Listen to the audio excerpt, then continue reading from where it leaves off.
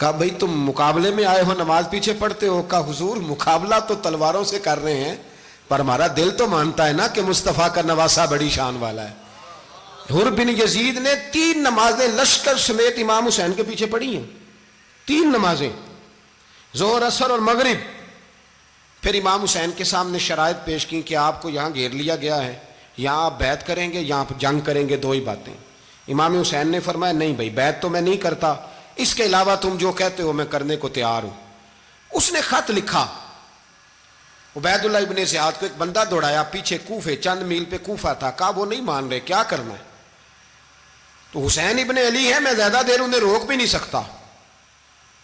انہوں نے پیغام دیا حر بن یزید کو کہ کرنا کچھ بھی نہیں، ان کا پانی بند کر دو، بلیک میل کرو، کھانا پانی نہیں ملے گا، چھوٹے چھوٹے بچے ہیں، خود ہی مان جائیں گے۔ حضرت امام علی مقام کے بارے میں حر کے پاس جب یہ پیغام آیا تو حر کہنے لگا میری طبیعت نہیں مانتی حسین پر پانی بند کروں، دل نہیں مانتا۔ جب یہ لفظ کہے نا دوبارہ تو پھر عبید اللہ ابن زیاد نے عمر بن سعد کو 10,000 آدمی دے کے بھیجا، کہا حر بن یزید لچک دکھا رہا ہے حسین کے حق میں۔ ایک رے کا علاقہ تھا، بڑی وہاں فصل ہوتی تھی، لوگ کوشش کرتے تھے وہاں کا گورنر بننے کی، کوشش کرتے تھے۔ تو عبید اللہ ابن زیاد کہنے لگا تمہیں رے کی گورنری ملے گی، سب سے سرسبز و شاداب علاقہ، تمہیں وہاں کا گورنر بنایا جائے گا اگر حسین کے خلاف لڑو گے۔ یہ اتنی زبردست ہوتی ہیں گورنریاں کہ گورنریوں کے لیے لوگ نسل رسول کے خلاف بھی نکل آتے ہیں، یہ اتنی تگڑی ہوتی ہیں، اتنی جلدی وفاداریاں بدلتی ہیں۔ امام حسین کو روک لیا گیا، عمر بن سعد نے روک لیا۔ 1 محرم کو امام آئے، 7 محرم تا روکا گیا، 7 محرم کو پانی بند کر دیا۔ جانور پانی پیتے تھے، گھوڑے پیتے تھے، کتے پیتے تھے، لیکن مصطفیٰ کے گھرانے کو پانی پینے کی اجازت۔ 3 دن تک پانی بند رہا۔ 9 محرم کو عمر بن سعد نے اور لوگ بلائے۔ شمر ایک بڑا سخت آدمی تھا، سنگ دل بدبخت، جس نے حضرت علی اصغر کے گلے پر تیر مارا تھا، وہ اور لشکر لے کے آیا۔ رات کو کہنے لگا امام حسین رضی اللہ تعالیٰ عنہ سے کہ بس بڑا ہو گیا، یہ 9-10 محرم کی درمیانی رات، یہاں آپ جنگ کریں گے یا آپ بیعت کریں گے، 2 ہی باتیں۔ امام حسین اندر گئے، سیدہ زینب سے مشورہ کیا، باہر آئے، فرمایا بات وہی ہے جو پہلے دن والی ہے۔ او بھائی بچے ساتھ ہو، صحرا کا علاقہ ہو، تپتی ہوئی ریت ہو، اتنے کٹھن اور سخت حالات، چاروں جانب موت ہی موت، دور دور تک اپنوں کا نام و نشان کوئی نہیں، اور اکیلے فیصلہ کرنے والے امام حسین، باقی سارے بچے ہیں یا عورتیں، سارے بڑے اکیلے۔ امام حسین رضی اللہ تعالیٰ عنہ نے فرمایا بھائی بیعت تو میں نہیں کرتا، باقی جو تمہارا پروگرام ہے۔ شمر اور ابن سعد کہنے لگے پھر جنگ کے لیے تیار ہو جائیں۔ کیا انداز ہے امام حسین کا، فرمانے لگے کل جنگ کروں گا، مجھے پتا تو ہے جنگ کا نتیجہ کیا نکلنا ہے، 1 رات مجھے دے دو تاکہ میں کھل کے اپنے رب کی عبادت تو کر لوں۔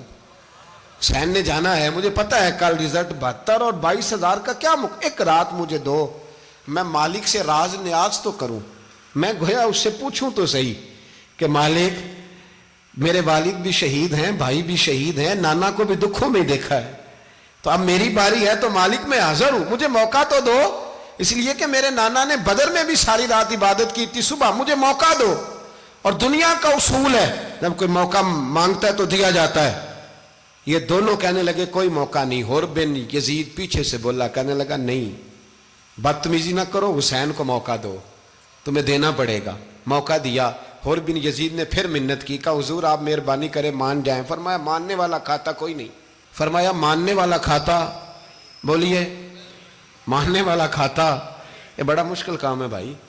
ضمیر کا سودا اب تو عام ہو گیا، بازار لگتے ہیں، ریٹ لگتے ہیں، اپنی اپنی چاہتوں پہ لوگوں نے اپنے اپنے انداز سجائے ہوئے ہیں۔ کوئی آدمی بس اچھے طریقے سے نام لے لے تو بس ہم اس کے پیچھے چل جاتے ہیں، اب تو عام ہو گیا یہ معاملہ۔ امام حسین نے فرمایا ہو ہی نہیں سکتا، ممکن ہی نہیں ہے۔ ساری رات عبادت میں گزری، ریاضت میں گزری، تہجد کا وقت ہوا تو گھر والوں کو بلایا، فرمایا دیکھنا تمہاری سی کی آواز نہ باہر آئے، خبردار سی کی آواز نہ آئے۔ اور امام زین العابدین سے فرمایا تو بیمار ہے، تو جہاد نہیں کرے گا، لیکن خیال رکھنا پیچھے۔ اور بڑی قیمتی بات بتا رہا ہوں، ہماری بیویاں کسی کے گھر میت ہو جائے تو 4 دن بخار نہیں اترتا، امام علی مقام نے سیدہ زینب سے فرمایا تو بڑی ہے، میری بہن ہے، پیچھے سارے بچے ہیں، جوان ہیں، ان کے حوصلے تیری ذمہ داری ہیں۔ صبح جنگ کا طبل بجنے لگا، فجر کی نماز پڑھی، سورج چڑھا، 10 محرم کا دن، جمعے کا وقت، جناب سیدنا امام حسین رضی اللہ تعالیٰ عنہ نے ریت پر سجدے کیے، لمبے سجدے، لمبی نماز، سورۃ الشمس کی آیات دوسری رکعت میں پڑھی تو سارا کربلا گونجنے لگا۔ کیا انداز تکلم تھا امام علی مقام کا۔ نماز مکمل ہوئی تو حور بن یزید، عمر بن سعد اور شیمر سے کہنے لگے واقعی حسین سے لڑو گے؟ پتہ نہیں کون ہے۔ قُلْ لَا أَسْأَلُكُمْ عَلَيْهِ أَجْرًا، تم نے نہیں پڑھا إِلَّا الْمَوَدَّةَ فِي الْقُرْبَى، تمہاری آنکھیں بند ہیں، الحسن والحسین سید الشباب اہل جنہ، تمہیں نہیں پتا؟ کہنے لگا چپ کر، حکومت نظر آ رہی ہے۔ اور بن یزید کہنے لگے پھر میرا بھی فیصلہ سنو، مجھے حکومت نہیں چاہیے، مجھے جنت چاہیے۔ حکومت نہیں چاہیے۔ امام حسین کی پہلی فتح دیکھیں، اور بن یزید ایڑی لگا کے نا یزید کے لشکر سے نکل کے امام حسین کے لشکر میں شامل ہو گیا، اور پہلا شخص جس نے امام حسین کو روکا، امام حسین کے نام پر پہلا سر بھی اسی شخص نے کٹایا ہے۔ لیکن یزید کی قبر پہ لعنت بھی کوئی نہیں برساتا، اس کا محل تھا بہت بڑا، لیکن جب لوگ کربلا میں امام حسین کو سلام کرنے جاتے ہیں تو قدموں میں حور بن یزید کا مزار بھی بنا ہوا ہے، اس کو بھی سلامی دی جاتی ہے۔ اور اب ہم اکیلا حور بن یزید نہیں کہتے، ہم کہتے ہیں حور بن یزید رضی اللہ تعالیٰ۔ اب ہم اتنی تعظیم کرتے ہیں اس حور کی۔ جناب امام حسین کو میدان میں کھڑا کیا گیا، جہاد کا طبل بجا، پہلے خدام آئے، اور سن لو آج وہ پتہ نہیں بازاری سے لوگ چڑھ گئے اسٹیجوں پہ، بازاری سے، نہ چہرے پہ داڑھی ہے، نہ سر پہ کوئی کپڑا ہے، بازاری لوگ ہیں، بھاگ رہے ہیں، بازو چڑھائے ہوئے ہیں، بٹن کھولے ہوئے ہیں، تماشا بنا دیا۔ سننے والوں کا بھی اللہ ہی حافظ ہے، وہ سٹیج پہ اہل بیت کی شان بیان کرتا ہے، بھاگ کے ادھر جاتا ہے، یہ کوئی طریقہ ہے؟ سننے والوں کا بھی عجیب انداز ہے، ہر بندے کو سننے بیٹھ جاتے ہیں۔ دین مہذب ہے، تہذیب والا ہے، دلائل رکھتا ہے، دین وقار رکھتا ہے، ایسے لوگ اب دین بیان کریں گے؟ حضرت سیدنا امام حسین رضی اللہ تعالیٰ عنہ صبح جب جہاد کا وقت آیا، پتہ ہے کون کون تھے کربلا میں؟ امام حسین کے ساتھ امام حسین کے 4 بھائی تھے کربلا میں۔ کتنے؟ بول کے بتائیں۔ حضرت علی کے 4 بیٹے، عباس بن علی، جن کو حضرت عباس کہا جاتا ہے نا، علمدار، یہ حضرت علی کی دوسری زوجہ میں سے۔ عباس بن علی بھی تھے، اور ابو بکر بن علی بھی تھے، عمر بن علی بھی تھے، عثمان بن، یہ حضرت علی کے بچوں کے نام ہیں۔ یہ آپ کے شہزادے امام حسین کے ساتھ شہید ہوئے، ان کا نام صرف اس لیے نہیں لیا جاتا کہ ان کا نام خلفائے ثلاثہ کے نام پہ، حضرت علی نے اپنے یاروں کے نام پہ رکھا ہے، تو تم نے کربلا کے میدان سے خارج کر دیا۔ یہ تینوں شہزادے حضرت جناب سیدنا امام حسین کے ساتھ تھے، یہ بھی شہید ہوئے۔ حضرت جناب زینب امام حسین کی سگی بہن ہے، ان کے 2 بچے تھے، اون و محمد۔ جب امام حسین میدان میں جانے لگے تو جناب زینب بچوں سے کہنے لگی نہ، پہلے بھائی نہیں جائے گا، پہلے بھانجے جائیں گے۔ 2 بچے شہید ہوئے۔ حضرت قاسم بن حسن امام حسن کے بیٹے تھے، وہ جب میدان میں جانے لگے تو امام حسین نے کہا نہیں بھائی تو نہیں جائے گا، تو میرے بھائی کی نشانی ہے، میں جاؤں گا۔ تو حضرت قاسم بن حسن نے ایک تعویذ کھول کے دیا کہ ابا جی میرے والد نے کہا تھا جب بڑی مشکل آ جائے تو تعویذ کھول کے دیکھنا، تو آج بڑی مشکل آئی ہے تو میں نے تعویذ کھولا ہے، تو یہ دیکھیں کیا لکھا ہے، یہ تو رکا ہے، تعویذ ہے ہی نہیں۔ جب کھول کے دیکھا تو اس پہ لکھا تھا قاسم اگر حسین پہ کوئی کڑا وقت آ جائے تو بیٹا کے آگے آگے رہنا، اگر کڑا وقت میرے بھائی پہ کبھی آ جائے نا دیکھنا اس کے آگے آگے چلنا، اسے حسن کی کمی نہ محسوس ہو، پائیاں جہا ساک نہیں کوئی جے وچ خار نہ ہوئے۔ سیدنا امام حسین پہلی دفعہ کربلا میں اس وقت روئے جب یہ رکا، آپ نے دیکھا تو فرمایا ٹھیک ہے، اگر حسن کی یہ وصیت ہے تو میں نے زندگی میں اگر ان کی ہر بات مانی ہے اب بھی مانوں گا، تمہیں اجازت ہے۔ جناب قاسم بن حسن 16 سال کا جوان جب میدان میں نکلے تو ہائے ہائے پتہ نہیں کہاں سے آ گئی ہے۔ امام قاسم بن حسن جب میدان میں نکلے تو تبری سے لے کر علامہ ابو الاسناد صاحب سب کو پڑھ کے تو دیکھو، 3 دن کی پیاس ہے، شدید آزمائش ہے، دکھ ہیں، تکلیفیں ہیں، پھر بھی پہلی دفعہ جب میدان میں گئے ہیں واپس آئے ہیں 19 لوگوں کو قتل کر کے واپس آئے ہیں۔ 19 لوگوں کو ایک بار میں حضرت ایسے ہی تماشا بنا دیا ہے۔ مظلوم تھے وہ تو رو رہے تھے، ہر مقرر یہ کہہ رہا ہے کہ وہ تو بار بار کہہ ابا پانی مل جائے، پانی آ جائے، ترس گئے۔ خدا کا خوف کرو، یہ دلیر لوگ تھے، ان کی باتیں آج بھی پڑھ کے دلیری پیدا ہوتی ہے، دلیری پیدا ہوتی ہے، دلیری۔ سناؤ قصہ خیبر کو، تمامی اپنے بچوں کو علی کی داستاں سن کے دلوں سے ڈر نکلتا ہے، علی کی داستاں سن کے دلوں سے۔ یہ جو بچے ڈر رہے ہیں نا، وہ چمگادڑ آ گئی، کاکروچ آ گیا، یہ خوف نکل جائے گا اگر حضرت قاسم بن حسن کی بات سنیں گے۔ درجنوں لوگ آپ نے قتل کیے۔ ایک دفعہ آئے، کہا چاچا یزید کا لشکر تو بڑا بزدل ہے، اگر چند قطرے پانی میرے حلق سے گزرے تو میں سارے کاٹ کے لے آؤں گا آپ کے پاس، چند قطرے۔ لیکن تھوڑی دیر گزری، عمر بن سعد کہنے لگا اکیلے اکیلے جاؤ گے تو علی کا پوتا ہے، یہ سب کو مار دے گا، کٹھے جاؤ۔ چاروں جانب سے تیر برسے، ایک تیر لگا آ کے گردن کے پیچھے، بس جناب سیدنا قاسم بن حسن گھوڑے سے نیچے گرے تو جناب زینب حوصلہ کر کے آنسو سمیٹ کے کہنے لگی میں دیکھ رہی ہوں پردے کے پیچھے سے حسین میرے بھائی کا بیٹا گر گیا ہے، جا اسے اٹھا کے لا۔ حضرت امام حسین ان کو اٹھا کے لائے تو امام حسین نے سینے سے لگایا ہوا تھا تو ان کے پیر، ان کا قد لگتا تھا امام حسین سے زیادہ ہے، اٹھا کے لایا، لٹا دیا گیا۔ امام حسین کے اپنے بڑے بیٹے میدان میں نکلنے کو، علی اکبر نام ہے، جب جن لوگوں نے حضور کو نہیں دیکھا تھا وہ جب کہتے نا ہم نے نبی پاک کا دیدار نہیں کیا تو بتاؤ کس طرح کے تھے، تو بتایا جاتا تھا کہ جناب علی اکبر کا دیدار کرو، ہم شبیہ مصطفیٰ۔ اور جب وہ گلیوں میں نکلتے تھے تو عورتیں چھتوں پہ چڑھ جاتی تھیں۔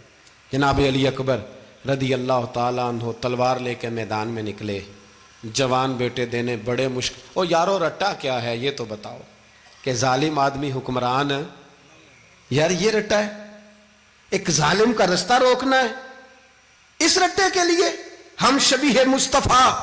جناب سیدنا امام علی اکبر میدان میں نکلے، بڑے لوگ مارے، بڑے، پھر ایک تیر ان کے بھی گلے میں لگا، اور جب وہ گرے نا زمین پہ تو حضرت امام حسین دوڑ کے آئے، دوڑ کے، اور جب تشریف لائے تو ان کے گلے سے تیر کھینچا تو ایک جملہ لکھا ہے صاحب تبری نے، اس نے حد کر دی، کہنے لگے تیر کھینچا تو امام حسین کی آنکھوں میں آنسو آئے، کہنے لگے کاش جناب ابراہیم آج میرے سامنے ہوتے تو میں انہیں کہتا کہ آپ نے تو بیٹا ذبح کرتے وقت آنکھوں پہ پٹی باندھی تھی، دیکھو میں کھلی آنکھوں سے بچے ذبح کر رہا ہوں، کھلی آنکھوں، کاش جناب ابراہیم خلیل ہوتے تو انہیں کہتا۔ جناب علی اکبر بھی شہید ہوئے۔ حضرت علی اصغر کو تو اچانک اٹھایا تھا امام حسین، باہر نکلے تو گردن پہ تیر لگا تو 6 مہینے کا بچہ وہ بھی شہید ہوا، خون اچھالا آسمان کی طرف تو کہا مولا دیکھ لے میں نے 6 مہینے والا بھی نہیں بچایا، وہ بھی دے دیا ہے۔ پھر حضرت عباس کو بیٹیوں نے کہا کہ اب نہ، کچھ کہتے ہیں پہلے شہید ہوئے، کچھ نے لکھا بعد میں، کہ اب ہم سے پانی کے بغیر نہیں رہا جاتا، تو جناب عباس پانی کا مشکیزہ لے کے نکلے، باہر نکلے، ایک ہاتھ کٹا، دوسرے پہ مشکیزہ وہ بھی کٹا۔ دیکھ لو میں پس منظر پہ ہوں ابھی تک، میں بتا رہا ہوں کہ جہاد کس کے خلاف تھا؟ ظالم حکمران کے خلاف، ظالم کافر کے خلاف نہیں، مشرک کے خلاف نہیں۔ حضرت امام حسین رضی اللہ تعالیٰ عنہ نے ہر جگہ ایک ہی بات کی کہ یزید شرابی ہے تو بچے کٹوا دوں گا، شرابی کو ووٹ۔ یہ ایک نہیں، ہر کتاب میں یہی لکھا، ہر کتاب میں، اور ہر مسلک کی کتاب۔ یزید چونکہ مجرے دیکھتا ہے، رنڈیوں کا ناچ دیکھتا ہے، بچے کٹوا دوں گا، اس کے ہاتھ میں ہاتھ۔ امام حسین نے فرمایا چونکہ اللہ کی حدوں کو توڑتا ہے، حقوق اللہ پامال کرتا ہے، حدود اللہ، بچے کٹوا دوں گا لیکن اس کے ہاتھ میں ہاتھ۔ سارا دن خود مجرا دیکھنا اور 10 محرم کو 2 دیگیں پکا کے حسینی بن جانا، سارا سال خود گند مند کرنا، شرابیوں کے ساتھ رہنا، اور 10 محرم کو 2 آنسو بہا کے یاد رکھنا۔ میں ہمیشہ کہتا ہوں، پھر کہہ رہا ہوں، جس کے موبائل میں گندے گانے ہیں، گند دیکھتا ہے، شرابی کبابی کا سپورٹر ہے، ووٹر ہے، یا مجرے دیکھتا ہے آتا جاتا ہے، وہ یاد رکھے قیامت میں امام حسین کا ہاتھ ہوگا، اس کا گریبان ہوگا۔ ہم سے نہ رقم ہوں گے قصیدے یزید کے، ہم لوگ تو حسین کے سیرت نگار۔ حضرت عباس کا بازو کٹا، پھر پانی تو بھر لیا تھا، لا نہ سکے، پھر گردن کٹی تو شہید ہوئے۔ بچوں کی بھی شہادت ہوئی، پر جب ان کا لاشا اٹھایا تو امام حسین کہنے لگے مولا اب نہ حسین کی کمر کمزور ہو گئی ہے، اب کمزور ہو۔ اور بھائی ایک میت ہو جائے تو 4-5 دن تو پوری آنکھیں نہیں کھلتی، کیسا جری خاندان ہے۔ تھوڑی دیر گزری تو امام علی مقام نے پٹکا باندھا، سر پہ دستار باندھی، مولا علی کی تلوار پکڑی، نبی پاک کا امامہ باندھا اور گھوڑے پہ سوار ہوئے تو کہنے لگے زینب گھر تیرے حوالے اور میں اللہ کے حوالے، گھر تیرے حوالے اور میں۔ اور پھر امام حسین نکلے، امام علی مقام نکلے۔ راوی کہتے ہیں کہ یہ جلوہ پہلے بھی بڑے سونے تھے، پر آج جو رنگ دیکھا وہ کبھی نہیں دیکھا۔ کیا انداز تھا، جدھر جاتے نعرہ لگاتے تو حد ہو جاتے۔ اتنے لوگ امام حسین نے کاٹے، اتنے کاٹے، پھر واپس پلٹ کے آئے اور کہنے لگے زینب ذرا پردے کے پیچھے سے دیکھ تو صحیح میری بہن، ان بزدلوں کو جرت ہی نہیں ہو رہی حسین کے مقابلے میں آنے، ایک دوسرے کو دھکا دیتے، تو جا تو جا۔ پھر اکٹھے وار ہوئے۔ یہ کون ہے کٹا ہوا، لباس ہے پھٹا ہوا، یہ بال یقین حسین ہے، نبی کا نور عین ہے۔ پھر چاروں جانب سے تیر برسے تو امام علی مقام چونکہ نماز کا وقت ہو گیا تھا، اترے گھوڑے سے، خون بہ رہا تھا، گرم ترین ریت سے تیمم کیا، سر سجدے میں رکھا، اور جب شمر آپ کی گردن کاٹنے لگا تو کہنے لگے ٹھہر جا ذرا رب سے ایک بات کر لینے دے۔ اور پھر بولے امام حسین، کہنے لگے مالک تو اب بتا کہ حسین سے راضی ہے کہ ناراض ہے، تو بتا۔ تو پھر ایک آواز آئی، یا ایتھا النفس مطمئنہ ارجعی الی ربک راضیۃ مرضیہ، فرمایا نفس مطمئنہ واپس آ جا، تو اللہ سے راضی ہے، اللہ تجھ سے راضی۔ امام حسین وہاں شہید ہو گئے۔ اب یہ قافلہ امام حسین کا سر کاٹ، ذرا دیکھنا غور کرنا، سر کاٹ کے نیزے پہ رکھا ہے، جسم کربلا میں پڑا ہے، عورتوں کو گھوڑوں پہ بٹھا کے لے جایا گیا یزید کے دربار میں۔ یزید پہلے عبید اللہ ابن زیاد نے بدتمیزی کی، پھر یزید نے کی۔ سعودی عرب کا ایک مولوی بول رہا تھا، سعودی عرب کا، ان سے بھی بڑا عشق ہے، جس نے تقریر سننی ہو میرے پاس ہے۔ ہمیں لوگ مشورے دیتے ہیں کہ جو یزید کو اچھا کہے اور حسین کو باغی کہے اس کو ہم امام مان لیں، اس بے شرم بے حیا کو جو نبی پاک کے گھرانے کے بارے میں بکے اسے امام۔ سعودی عرب میں مسجد نبی میں درس دینے والا جس نے تقریر سننی ہو میرے پاس ہے۔ وہ کہتا ہے یزید تو بڑا اچھا آدمی تھا، اس نے تو بڑی خدمت کی، تو میں نے اسے کہا رشتہ داری کر لیا یزید کے ساتھ، قریب ہو جا۔ شرم نہیں آتی؟ آج بھی نبی پاک کا دل دکھاتے ہو، حیا نہیں آتی، خیال نہیں آتا؟ اور لوگ گھر میں بیٹھ کے باتیں کرتے ہیں، کہتے ہیں جی جو بیت اللہ میں ہو وہ بھی برا ہو سکتا ہے۔ بیت اللہ میں تو 360 بت بھی تھے، وہ اچھے تھے۔ مدینے میں تو 360 منافق بھی رہے، پوری سورہ منافقون نازل ہوئی، وہ اچھے تھے۔ عجیب تماشا بنا دیا لوگوں نے مذہب کا۔ کہتا ہے یزید نے تو بڑی خدمت، تو عبید اللہ ابن زیاد نے قتل کیا۔ بے شرمو، اگر عبید اللہ ابن زیاد نے بھی قتل کیا تھا تو حکومت کس کی تھی؟ تو پھر یزید نے عبید اللہ ابن زیاد کو سزا کیوں نہیں دی، بلکہ ایک جگہ 2 گورنریاں دی اس کو؟ یہ حال کیا۔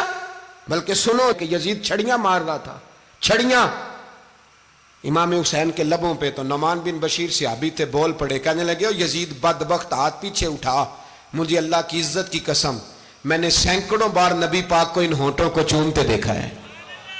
حضرت جناب زینب عورتوں کے مجمع میں پیچھے ہو کے بیٹھی ہیں۔ یزید کے پاس جب پہنچا لشکر تو یزید کہنے لگا دیکھو اللہ نے مجھے عزت دی اور میرے مخالفوں کا کیا حال ہوا۔